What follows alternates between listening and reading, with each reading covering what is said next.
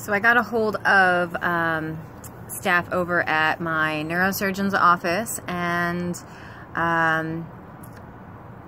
he talked to the PA there and said that yes, the menorrhagia, which was my last video got cut off, which was kind of obnoxious, but kind of like Lucy right now, who is trying to be a guard dog. Stop it. Stop it, Lulu. So it is a side effect of the drug, menorrhagia. So while my uterus is committing suicide, we at least know what it's from. And we know it's not from the surgery last year. We know it's nothing to do with possible growths or fibroids or anything like that, thank goodness. So I have an appointment now with Dr. Jean, then my neurosurgeon, for the soonest is for March the 9th. Shh. It's just a puppy. You don't own everything, Lou. You don't own all the land. It's just a little puppy. Hush. It's just a little puppy, you little crazy jerks. Yup. Oh my God, they're ridiculous. They're so ridiculous. I'm just happy it's so nice out so we can actually sit outside, because God, do I miss sunlight? I miss sunlight. It's not killing my eyes, and I'm just very happy for that. But yeah, it is a side effect of the drug, and I'm gonna see the neurosurgeon on the 9th. Just so far away, just like my neurology appointment, just like everything else, but whatever. It's, you know, we're steps in the right direction, and we're gonna reevaluate what we're gonna do with the drug. So whether I completely come off it and we discuss surgery, I think that might be the way to go, to be completely honest with you.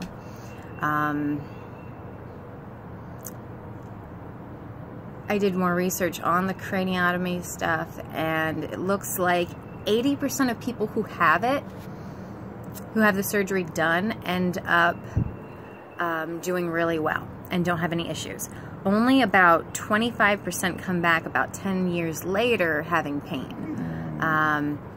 It is the most hopeful treatment for this outside of the medication. It has the best result than any of the other things, which sometimes it can be like things like injecting things into the trigeminal nerve, but then it only lasts for like 3 to 4 years. You have to go back and do it again. Sometimes it doesn't always work, but so I don't like that idea. I just want to go in and just fix it. Just go in and fix it. And while you're in there, if you see anything else fucked up, just, that's kind of half of it of why I want to do it. It's just like, just to make sure, yeah, this is definitely what it is, or if there's something else crazy going on. The other thing, which is one of the sucky things, is that my pharmacy doesn't have the hormone that I'm supposed to go on till tomorrow after 6. Yay. So that means my uterus is going to be committing obscene suicide for another good, what time is it? Well, more than 24 hours, so yay.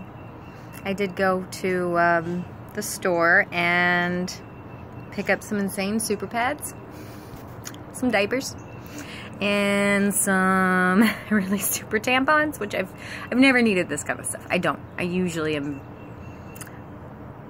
like, I'm irregular when I'm not on birth control, but my periods are always the same. They're medium to light. Usually only last for like 4 days. No problem. That's why when my vagina was throwing up tons of blood,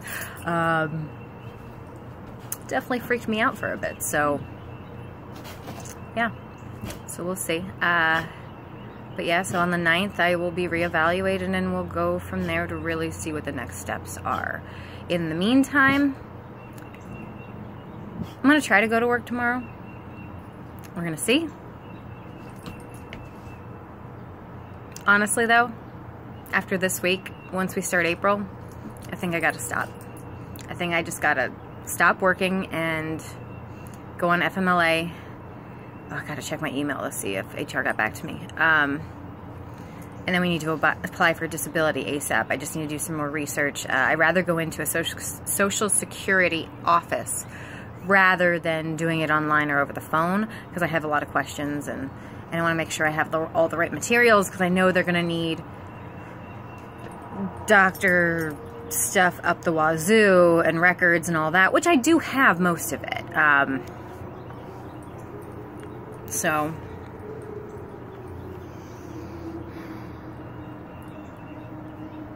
it's scary. I'm insanely surprised by the GoFundMe. That I am overwhelmed by the generosity of people. It's huge, and I thank you, big time. This has been really, really hard. I've literally been in between two moods of laughing my ass off or crying my face off, just one or the other. And really, I'm just laughing at the ridiculousness of it and the fact that I have like another new thing, like another new condition or another new whatever. It just sounds so crazy, menorrhagia. But yeah, I don't want anything to do with that. So, especially in an area where that was so fragile before, because of the surgery, because of the cells, because of just the cellular makeup in there. It's like even my doctor said like they don't even think I can have kids, which I don't want kids for the sole reason of I never want a child to get any of the things that I have, or for me to not be able to be the full mother that child would need. I would never put a child through anything that I went through growing up, ever. I just can't do it. I can't do it. And it drives me nuts when people are like, oh, don't, you know, don't doubt yourself like that. You don't want to, it's a beautiful thing, and you'll be able to get there, and blah, blah, blah, blah. And it's like, I've had chronic pain for 10 years. I can't even imagine even getting pregnant. Like, just those 9 to 10 months of just, like, I'd need,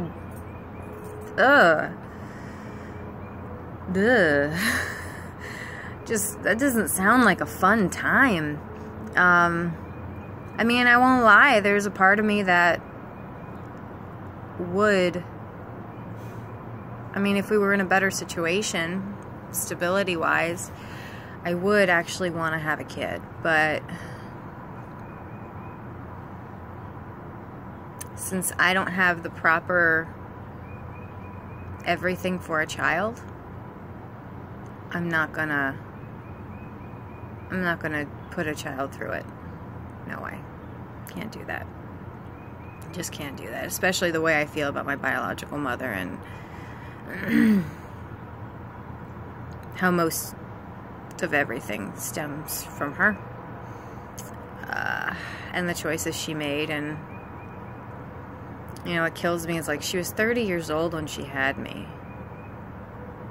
And yet she was totally injecting herself with heroin while she was pregnant. And it's just like, at that point, you know between right and wrong. You know that this is probably not good for a child, especially at 85, 86. Like, that was a known thing, especially because of the 70s. So,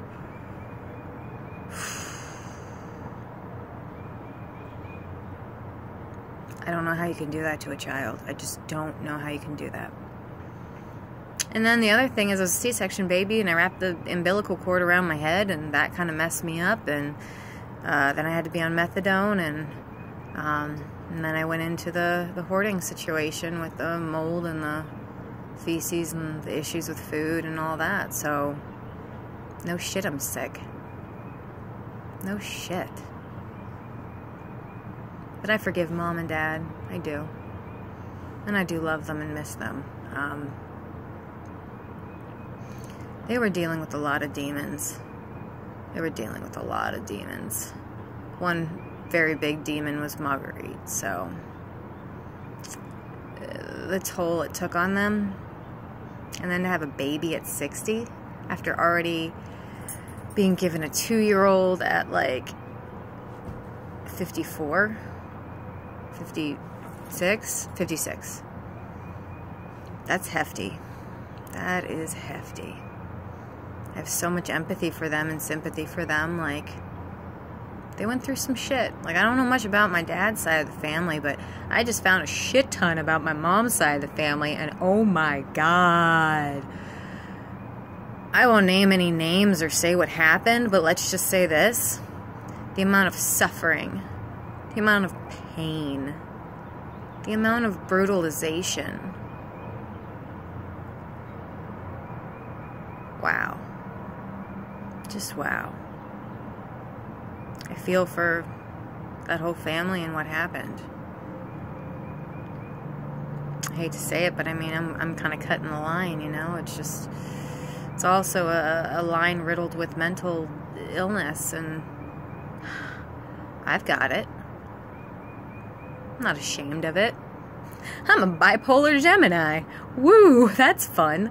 But I mean, I'm on Lexapro, and I mean, that really does help to take the edge off. It's just, when I get into such severe cases of, holy shit, everything is imploding, and yet, and some people don't even realize, because I try not to make it feel like that big of a deal. But it really is. I've said it before, I've never been this scared before since Mom and Dad died. And it is the truth. I'm very much going in between, as I said, hilarity, because I have to, or I'm going to go completely fucking batshit, and just total crying, want to shove my face in a pillow and hide in a hole and never come out. But hopefully we'll get somewhere with all of my appointments. I think it's going to be the same week as my neurologist appointment, so that's going to be interesting. So we're going to find out what else is wrong with me, hopefully, or probably get some more testing done. Again, I am concerned about peripheral neuropathy, and I mean, really just extreme nerve damage across the board. And it would make the most sense, considering. It just makes sense. So I no longer go into any office saying anything about fibromyalgia. I don't think I have it, truly. I think I suffer from fatigue, and I think I suffer from nerve damage, which is causing a lot of widespread pain. Not to mention, I just wasn't formed right. So because I wasn't formed quite right, it's fucking with me. And it's so funny because everyone's like, oh, but you're so beautiful. And it's just like, it doesn't mean anything if I'm suffering beyond words, you know? And it's so hard with doctors with that. And it's like, you guys don't know. I've had so many videos now where I don't have any makeup. Like, I kind of look like a dead little Norwegian boy. Like, there's no fucking around with that. That's just kind of what it is. And it's like, yeah, when I don't have all this makeup on, and like, you can see how I look, and I mean, I do have good skin, I won't lie there. But aside from that, it's like, I kind of look sickly as shit. Not to mention my lazy eye is still lazy. Like, it's still partially blind. Like, but people don't get it. You know, people don't get chronic illness. They don't get invisible illness. And especially when you're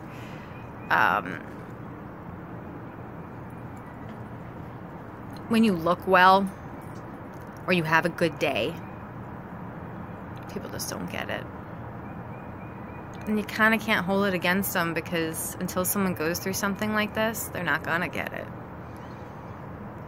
So, but that's what makes this struggle so hard. It really is. It really, really is. So, if it wasn't for my will, my disgustingly strong will, I don't know where I'd be right now. or if I'd even be alive, to be completely honest with you. So, I mean, that's why I love Daredevil. You get pummeled to the fucking ground every goddamn time. Just pummeled. And, what do? You get back up. You get back up. You know, that's what his dad taught him. I actually read a great deal of Daredevil after my folks died. I read all the Bendis run, and just, wow, that run is incredible. I'll be honest, I like it more than the Frank Miller run, to be completely honest. I know some people would totally flip out over that comment, but he just was able to capture this just daunting struggle. But the humanization, the way he, like, Daredevil's reactions, like, they made sense. Like, it was so beautifully done. And it wasn't like a narrative. It was all through, like, dialogue, so it gave a little more credit to the reader. And you're kind of experiencing it with him. And feeling that heavy burden, and feeling just that lowness in your stomach. Just, your heart just falls. Shit, maybe I need to read some Daredevil. Maybe I do. Or I need to read some... No. Yeah, Typhoid Mary was a funny one. She was incredibly sick. Incredibly sick. Epilepsy, other issues, but with her kind of bipolar way, she was able to alter herself. But then she was a crazy lunatic who wanted to basically F Daredevil both ways, and wreck him. So yeah, I don't want to be a complete loon, even though I won't lie, like, I do miss cosplaying that character. I really, really do, because I felt like I could relate with her in some ways. And sometimes the fantasy of wanting to be the Typhoid Mary part on people that, I'm not a vengeful person, but there are certain people who deserve some karma. But, yep, maybe that's what I need to do. Might be a good idea. It's just been hard. I haven't read comics since June.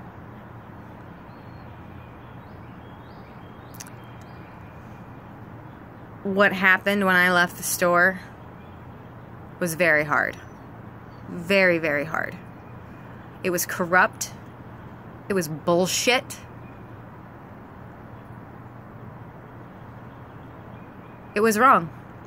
And I'll tell you, for the 2 years I worked there under the new owner, I was bullied beyond words.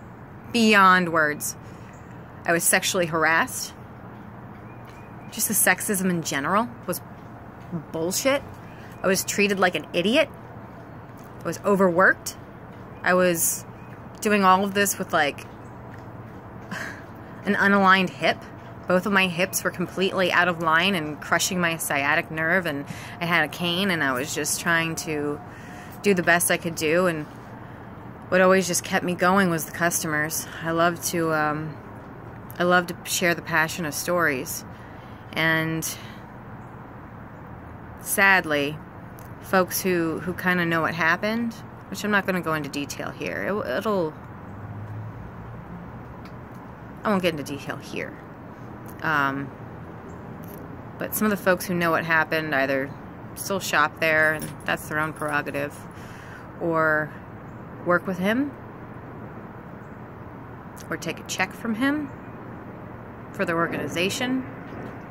I get it. It's like an opportunity of business, but if you promote yourself on social justice, you've lost all integrity in my mind.